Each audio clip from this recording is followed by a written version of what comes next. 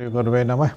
सर्वे भवन्तु सुखिनः, सर्वे सन्तु निरामयाः, सर्वे भद्राणि पश्यन्तु माँ कश्चित् दुख भाव भवेत्। मित्रों, आप सबका अभिनंदन है। मित्रों, गिद्ध मिल्कीपुर अयोध्या में गिद्ध देखे गए और ये आज का ज्वलंत प्रश्न है कि ये गिद्ध कहाँ से आए। भगवान राम का मंदिर बन रहा है, भगवान राम के मंदिर का लोकार्पण प्राण प्रतिष्ठा 22 जनवरी 2024 को होने वाली है और ऐसे समय पर अयोध्या मंदिर पर गिद्ध देखे जाना, अयोध्या मंदिर के परिक्रमा करके गिद्ध बड़ी संख्या में मिल्कीपुर में बैठे हुए हैं और वहाँ पर लोगों ने देखा। तो ये बड़ा आश्चर्य का विषय है कि ये कैसे संभव हुआ। ये महज संयोग है या कोई प्रयोग है या किसी ने भेजे हैं। तो ये बड़ा आश्चर्य का विषय है और लोग इसमें तरह तरह के लोगों के प्रश्न हैं।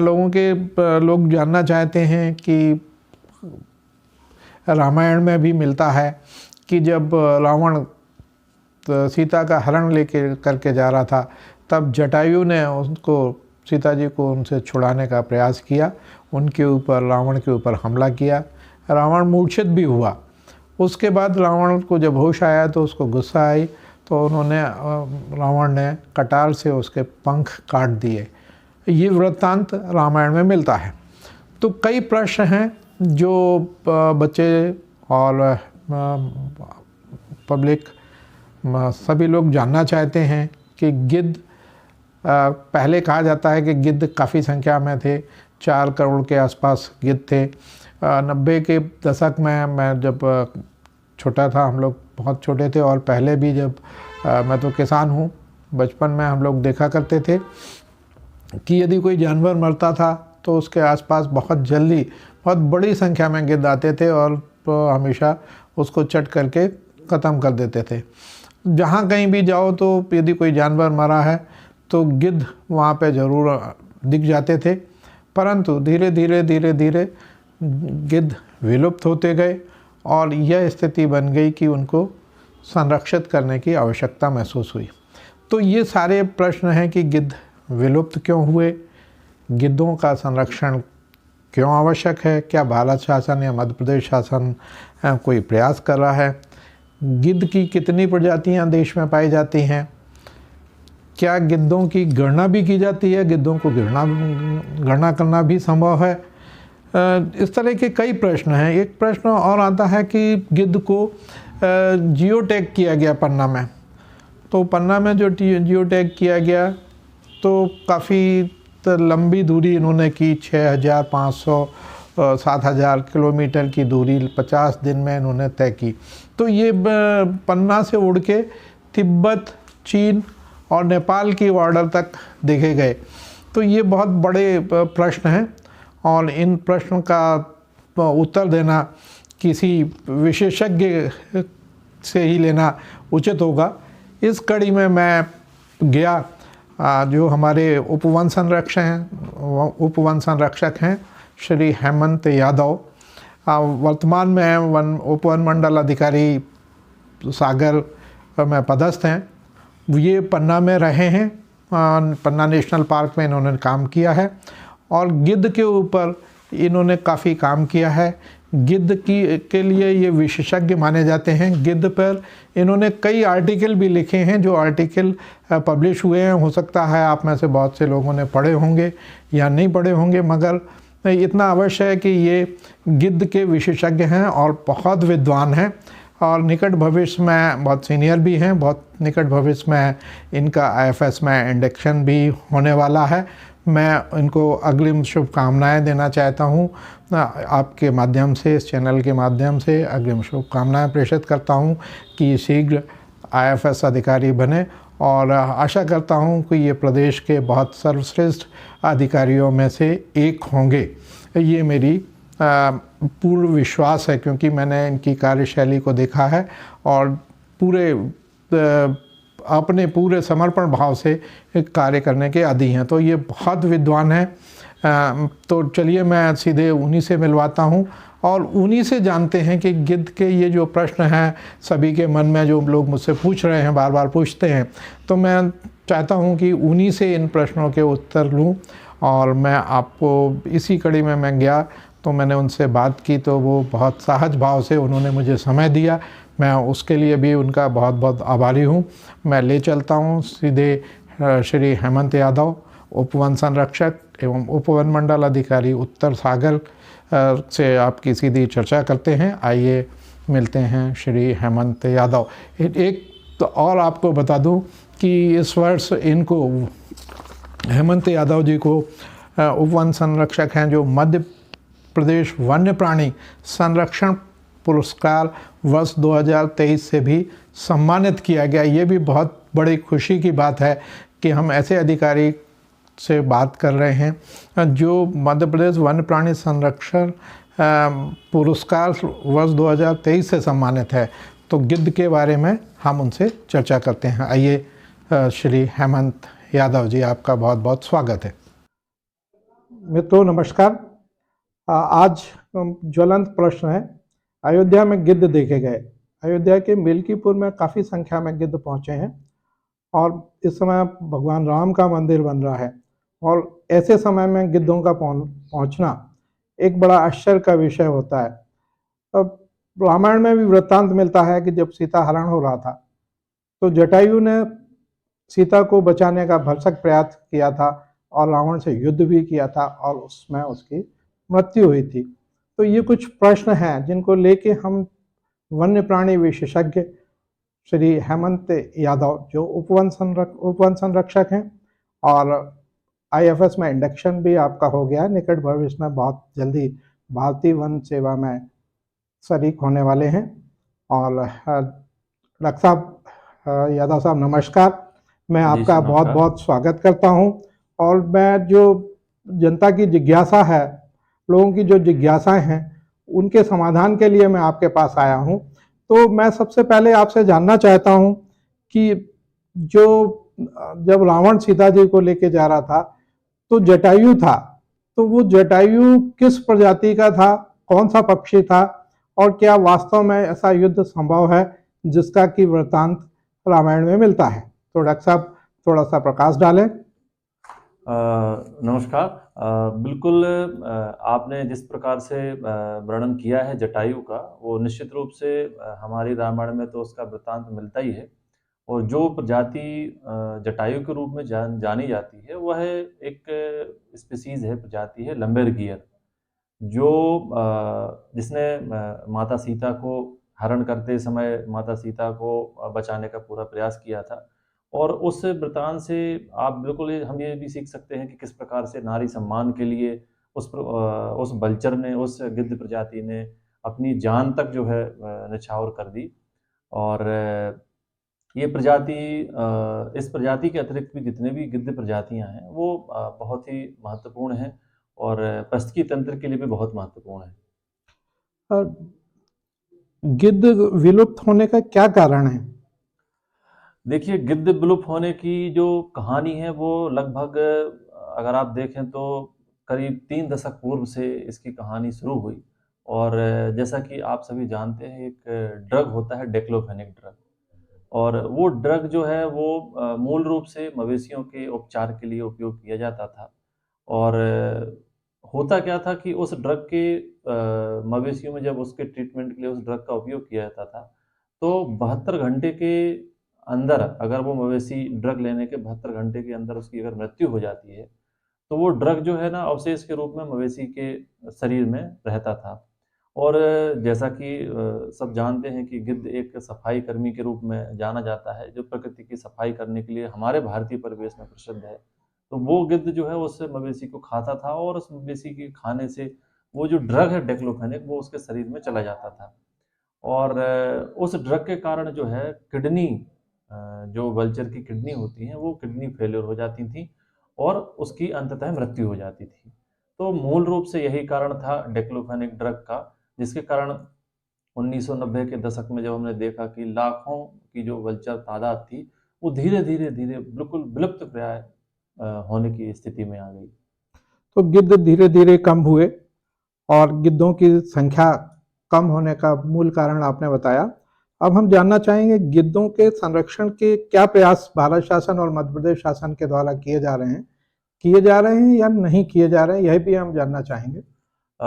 जैसे कि मैंने बताया कि गिद्धों की जो संख्या है बहुत ही ज़्यादा मात्रा में कम गई, विलुप्त प्राय स्थिति आ गई गिद्धों की। और भारत सरकार ने सर्वप्रथम तो डेक्लोफेनेक जो ड्रग है उसको प्रतिबंधित किया। उसके अतिरिक्त समस्त राज्यों में उसको प्रतिबंधित किया गया।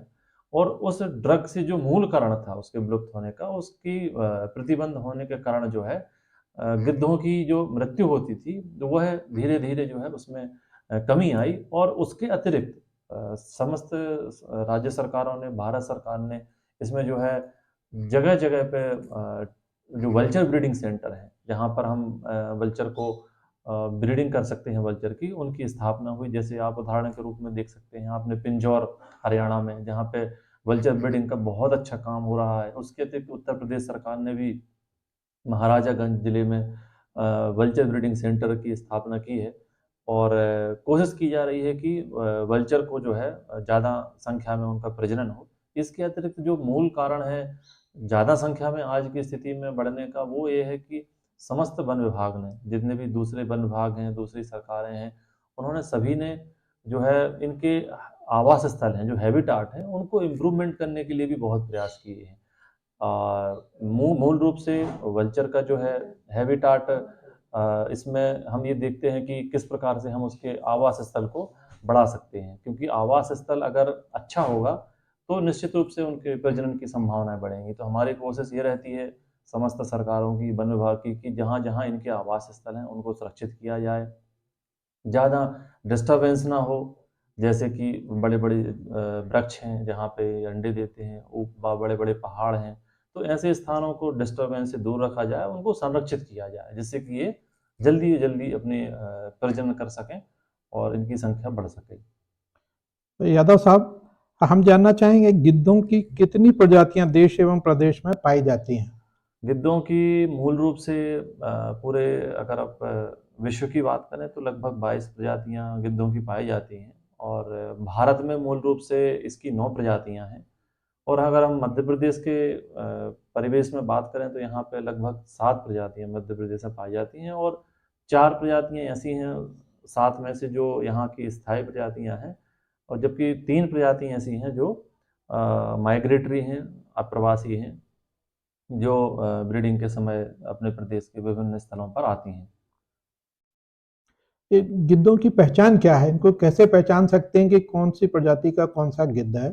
देखिए, गिद्धों की प्रजाति के लिए पहचानने के लिए क्या है कि अगर आप कुछ ऐसी प्रजातियां हैं, जैसे मैं अगर एक सामान्य व्यक्ति को पहचानने के लिए कहूँ तो, अगर आप जो मध्य प्रदेश की प्रजातियां हैं, 4 प्रजातियां, उसमें मूल रूप से एक तो आपका होता है वाइट बैक्ड। और उसमें अगर आप देखेंगे तो वाइट बैक्ड ऐसी प्रजाति है जिसको आप उसके जो बेस के अगर आप उसको देखेंगे तो उसका पूरी गर्दन जो है वो यहाँ पे जो पीठ होती है उसके सफ़ेद एक चक पाया जाता है, तो आप उसको आसानी से पहचान सकते हैं। उसके अतिरिक्त जो है आपका लॉन्ग बिल्ड वल्चर होता है, ये भी जो है हल्का भूरा पक्षी होता है। और इसमें अगर आप देखेंगे तो बेस्कों में लंबी काली जो है गर्दन होती है और उसकी चोंच पतली होती है। उसके अतिरिक्त आप अगर देखेंगे किंग वल्चर होता है, तो किंग वल्चर को आप बिल्कुल आसानी से पहचान सकते हैं। इसके बड़े लंबे लंबे लाल कान होते हैं और आप नंगी आंखों से भी, बिना बायनोकुलर के भी उसको आप पहचान सकते हैं। उसके अलावा इजिप्शियन वल्चर होता है जो जिसकी पीली चोंच होती है। तो इस प्रकार से आप वल्चर को, जो मूल प्रजातियां हैं जिनको आप आमतौर पर देख सकते हैं, उनको आप आसानी से पहचान सकते हैं। एक आम साधारण व्यक्ति भी जो है उसको पहचान सकता है। तो यादव साहब, गिद्धों की गणना की जाती है क्या, और यदि हाँ तो कैसे, गिद्धों की गणना करना कैसे संभव है। गिद्ध देखिए तो उड़ते हैं और एक जगह से दूसरी जगह तक काफी लंबी दूरी यात्रा करते हैं, तो उनकी गणना करना कैसे संभव है। देखिए, गिद्धों की गणना संभव है। और अगर आप भारत में देखें तो मध्य प्रदेश जो है बहुत अग्रणी जो है प्रदेश है जहाँ पर गिद्धों की गणना हमने प्रारंभ की है। 2016 में मध्य प्रदेश में गिद्धों की गणना प्रारंभ की गई थी। तो गिद्धों की गणना का बिल्कुल साधारण सा तरीका होता है। हम एक एक ऐसा समय चुनते हैं, एक ऐसा माह चुनते हैं जहाँ पे इनका ज़्यादातर मात्रा में माइग्रेटरी गिद्ध भी हैं, और जो यहीं के स्थायी हैं उनको उन विशेष स्थलों पर इसकी गणना करते हैं। तो जैसे हम मूल रूप से फरवरी और जनवरी के अंत में और फरवरी के प्रथम सप्ताह में हम गिद्धों की गणना करते हैं, और जहाँ-जहाँ इनके आवास स्थल होते हैं, तो सुबह लगभग 6:30 से 7:30, 8:30, 2 घंटे तक इनकी गणना करते हैं, क्योंकि इस समय गिद्ध उड़ान नहीं भरते हैं। आप को ये जान के एक जानकारी है गिद्ध के बारे में कि गिद्ध जो है जब तक हीट नहीं आती है, हीट वेव्स नहीं क्रिएट होती हैं, तब तक गिद्ध उड़ान नहीं भरते हैं। तो सुबह के समय ये अपने जो आवास स्थल है वहाँ पर बैठे रहते हैं, और वहाँ आवास स्थलों पर जाके हम बायनोकुलर से उन बैठे हुए गिद्धों की गणना करते हैं और अपने प्रपत्र बनाते हैं। उन प्रपत्रों में उनकी जानकारी लिखते हैं। और इसके अतिरिक्त इसमें एक नियम ये भी है कि जो गिद्ध उड़ रहे हैं उनको काउंट नहीं करना है। तो इस प्रकार से गिद्धों की गणना 1 महीने पहले से उसकी तैयारियां शुरू हो जाती हैं, उसके प्रशिक्षण शुरू हो जाते हैं, और जब गिद्ध की गणना का तारीख आती है उसके पहले हम उनके समस्त आवास स्थलों को चिन्हित कर लेते हैं कि कहाँ हमें गिद्धों की गणना करनी है।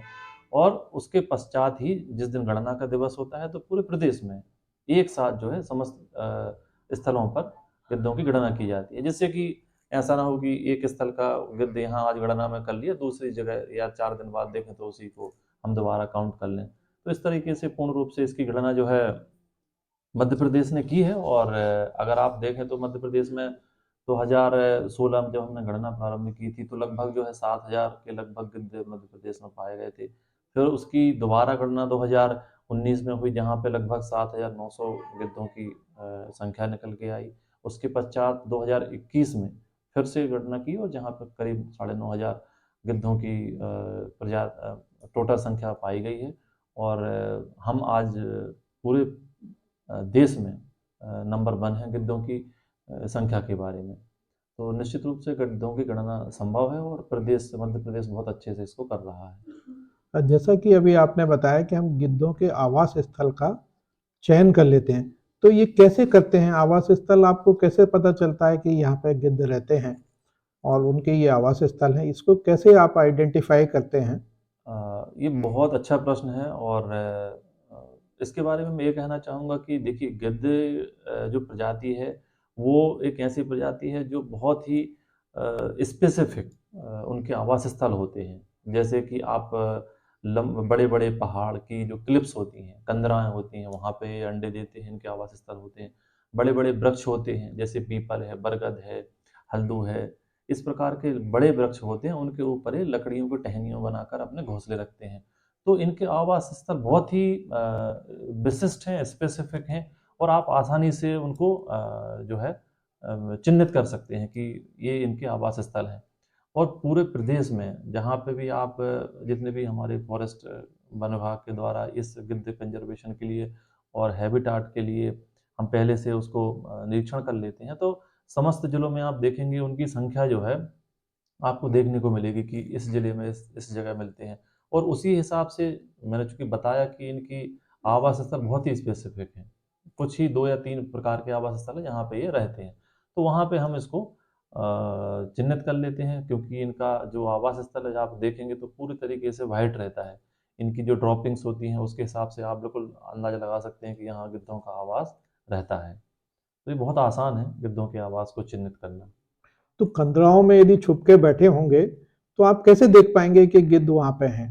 देखिए, कंदराओं का छुपने का मतलब ये है कि जैसे आप एक पहाड़ी आप यहाँ खड़े हुए हैं, आप देख रहे हैं पहाड़ी की जो क्लिप्स है, उसके मतलब उसकी ऊपर वो चारों तरफ इस तरीके से बैठे रहते हैं। तो इनको हमने विशेष रूप से जब गणना करते हैं तो हम इसको बायनोकुलर का दूरबीन का उपयोग करते हैं, जहाँ से हम इनको बहुत आसानी से देख लेते हैं कि ये यहाँ पे ये है, इतने प्रकार के गिद्ध हैं। अच्छा, दूसरा क्या है कि जैसे ही इनका जो फ्लाइट का टाइम होता है, जैसे ही सूर्य का प्रकाश निकलता है 8:30 ठंडों के दिनों में विशेष रूप से, तो 8:30 9 के बाद ये जो है धूप सेकने के लिए, जिससे कि ये फ्लाइट ले सकें, तो ये अपनी कंदराओं से बाहर आते हैं और धूप में बैठते हैं। उस समय बहुत आसानी से आप इनको पूरे तरीके से इनको आप देख सकते हैं कि इस एरिया में गिद्धों की प्रजातियां पाई जाती हैं। यादव साहब, मैं ये जानना चाह रहा था कि गिद्धों का संरक्षण क्यों आवश्यक है और इसके प्रबंधन के वैज्ञानिक तरीके क्या हैं? देखिए और जी देखिए जैसा कि हमारी चर्चा हुई है भारतीय परिवेश में अगर आप देखें तो गिद्ध जो है एक सफाई के लिए तो प्रसिद्ध है ही, इसके साथ हमारी आस्था भी जुड़ी हुई है क्योंकि रामायण में इसका उल्लेख मिलता है और इसको हम बहुत ही श्रद्धा के भाव से देखते हैं और इसका अगर आप पर्यावरण में आप इसका प्रभाव देखें तो कुछ ऐसी प्रजातियां होती हैं जिनका अभी तक वैज्ञानिक रूप से और प्रैक्टिकली ऐसी चीज़ें हम संभव नहीं हो पाती हैं कि हम इसको रिप्लेस कर पाएँ। क्योंकि गिद्ध का जो मेन काम है वो है सड़े गले मांस को खाना और जो कोई मवेशी मर जाती है, कोई जानवर मर जाता है तो उसको खाना और इतनी तादाद में आप देश में देखेंगे कि पशु और दूसरे जीव-जंतु मरते हैं, तो उनको सफाई करने के लिए अगर प्रकृति हमें कोई साधन और कोई व्यवस्था दे के रखी है, तो वो बहुत ही महत्वपूर्ण है। और इनका जो डाइजेस्ट सिस्टम होता है बहुत ही पावरफुल होता है। ये ऐसे बैक्टीरिया को जो बहुत ही खतरनाक होते हैं हमारे वातावरण के लिए और दूसरे जीव-जंतुओं के लिए, जैसे एंथ्रेक्स है, फुट एंड माउथ डिसीज़ है, उसके अतिरिक्त इनके अंदर जो बैक्टीरिया और फंगस होते हैं, उनको समस्त को ये आसानी से पचा लेता है और बड़ी-बड़ी और जो है खतरनाक बीमारियाँ हैं, उनको फैलने से बचाता है। तो ये एक सफाई के रूप में इसका बहुत ही ज़्यादा योगदान है इस गिद्ध का, गिद्ध प्रजाति का। यादव साहब, मैंने सुना है कि आपको विशेषज्ञता हासिल है गिद्ध के मामले में, और जब आप पन्ना में नेशनल पार्क में पोस्टेड थे तो उस समय गिद्धों की गणना में और गिद्धों के फोटोग्राफ्स और गिद्धों के आर्टिकल्स आपने काफ़ी लिखे हैं। मुझे पढ़ने में भी आए हैं, मैंने पढ़े हैं आपके कई आर्टिकल्स। तो ये सब आपको कहाँ से आपने इसको सीखा है, ये कैसे आपने इसको किया और कैसे इसमें विशेषज्ञता हासिल की, थोड़ा इस पर भी प्रकाश डालें। पहले तो बहुत धन्यवाद आपका कि आपने मुझे विशेषज्ञ बोला। मैं उतना अपने आप को विशेषज्ञ नहीं मानता हूँ, मैं एक फॉरेस्ट ऑफिसर हूँ और मूल रूप से मैं एक वानिकी का छात्र रहा हूँ। मेरा स्नातक और ग्रेजुएशन, पोस्ट ग्रेजुएशन दोनों जो है फॉरेस्ट्री में हुआ है। तो भाग्य से जो है इसी सर्विस में आने का मौका मिल गया और पन्ना टाइगर रिज़र्व की परिस्थिति के दौरान जो है मुझे मौका मिला कि वहाँ पे मैं वल्चर को फ़ोटोग्राफ्स कर पाऊँ। मैंने काफ़ी फ़ोटोग्राफ़ी की वल्चर की और बहुत सारे ऐसे आवास स्थल मैंने पन्ना टाइगर रिज़र्व और क्षेत्रीय वन मंडलों में मैंने खोजे जहाँ पे पूर्व में जो है उनकी गणना नहीं हुई थी। और उस प्रकार उसी तरीके से धीरे-धीरे उसमें एक रुचि जागृत होती गई और जब मुझे आप जैसे जो है विद्वान लोगों ने संपर्क किया और मोटिवेट किया कि आप वल्चर का इतना अच्छा फ़ोटोग्राफ्स करते हैं, तो आप कुछ इसमें बताइए। तो फिर मैंने थोड़ा चूँकि फ़ॉरेस्ट्री का स्टूडेंट तो था ही, तो उसमें थोड़ा-सा मैंने और ज़्यादा पढ़ाई की और थोड़ा-सा और इंटरेस्ट लेके उसमें काम किया और इस प्रकार से धीरे-धीरे जो है वल्चर का एक इंटरेस्ट और जो है उसमें बढ़ता गया। चलिए, बहुत-बहुत धन्यवाद। आपने बहुत रोचक जानकारी दी और हमारे श्रोताओं को बहुत अच्छी जानकारी दी। हम आपके सतत संपर्क में रहेंगे और आगे भी हम आपसे इस बारे में जानना चाहेंगे। धन्यवाद। बहुत-बहुत धन्यवाद।